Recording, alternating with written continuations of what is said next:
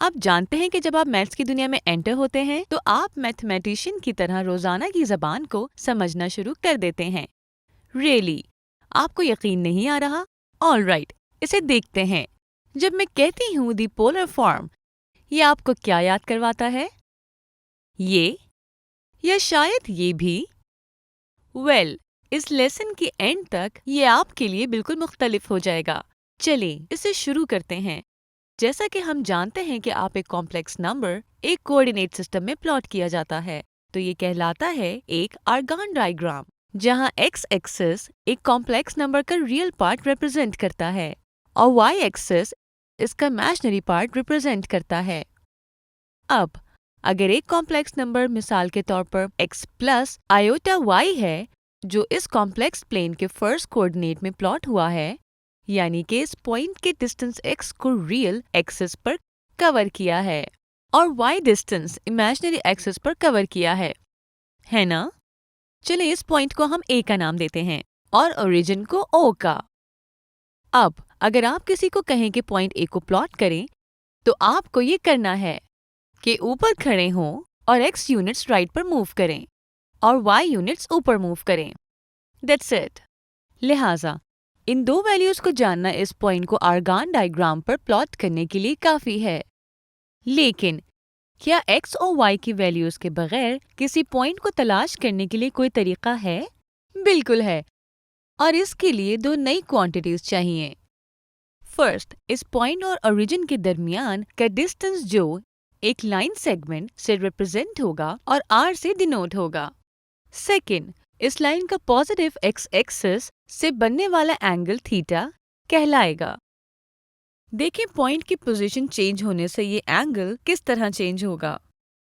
इसी तरह distance r भी पॉइंट की मुख्तलिफ पोजीशंस के लिए मुख्तलिफ वैल्यूज रखता है। आप समझ रहे हैं कि मैं क्या कह रही हूँ? अगर मैं आपको बताऊं कि एक पॉइंट ओरिजिन से 5 यूनिट्स दूर होता है और इस पॉइंट को ओरिजिन से मिलाने वाली लाइन पॉजिटिव x एक्सिस से 3 डिग्री का एंगल बनाती है, आप आसानी से इस पॉइंट को कोऑर्डिनेट्स के बगैर प्लॉट कर सकते हैं, है ना? तो हम कंक्लूड कर सकते हैं कि एक कॉम्प्लेक्स नंबर इन दो वेरिएबल्स r और थीटा की तरह भी रिप्रेजेंट किया जा सकता है। रियल और इमेजिनरी कोऑर्डिनेट्स के बगैर राइट पर आप जो फॉर्म देख रहे हैं वो एक कॉम्प्लेक्स नंबर की पोलर रिप्रेजेंटेशन कहलाती है। ये एक पुराना कॉन्सेप्ट है पर वेरिएबल्स नए हैं। अब इनके दरमियान एक मैथमेटिकल रिलेशन मौजूद है जो कन्वर्जन को पॉसिबल बनाता है रेक्टेंगुलर और पोलर रिप्रेजेंटेशन के दरमियान। इसके लिए हमें इसी ट्रायंगल पर फोकस करना होगा जो m पर 90 डिग्री के एंगल की वजह से एक राइट एंगल ट्रायंगल बनता है। लिहाजा पाइथागोरस थ्योरम यहाँ अप्लाई हो सकता है। एक बार बेस परपेंडिकुलर और हाइपोटेन्यूस आइडेंटिफाई हो जाए तो फिर आपको बस वैल्यूज को सब्स्टिट्यूट करना है एंड बिंगो, हमने मालूम कर ली है r की वैल्यू x और y की टर्म्स में। अगर आप एक अच्छे ऑब्जर्वर हैं तो समझ गए होंगे कि ये एक कॉम्प्लेक्स नंबर का मॉड्यूलस है जो हमने पहले ही पिछले सेशन में कवर किया था। अब एंगल थीटा मालूम करने के लिए हम ट्रिग्नोमेट्रिक आइडेंटिटीज इस्तेमाल करेंगे। साइन है परपेंडिकुलर अपॉन हाइपोटेन्यूस, कॉस है बेस अपॉन हाइपोटेन्यूस और tan परपेंडिकुलर अपॉन बेस है।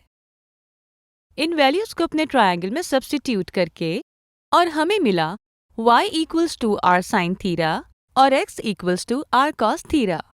ऐसा लगता है कि हमने x और y की वैल्यूज r और थीटा की टर्म्स में निकाल ली हैं, लेकिन अभी तक हमने थीटा मालूम नहीं किया।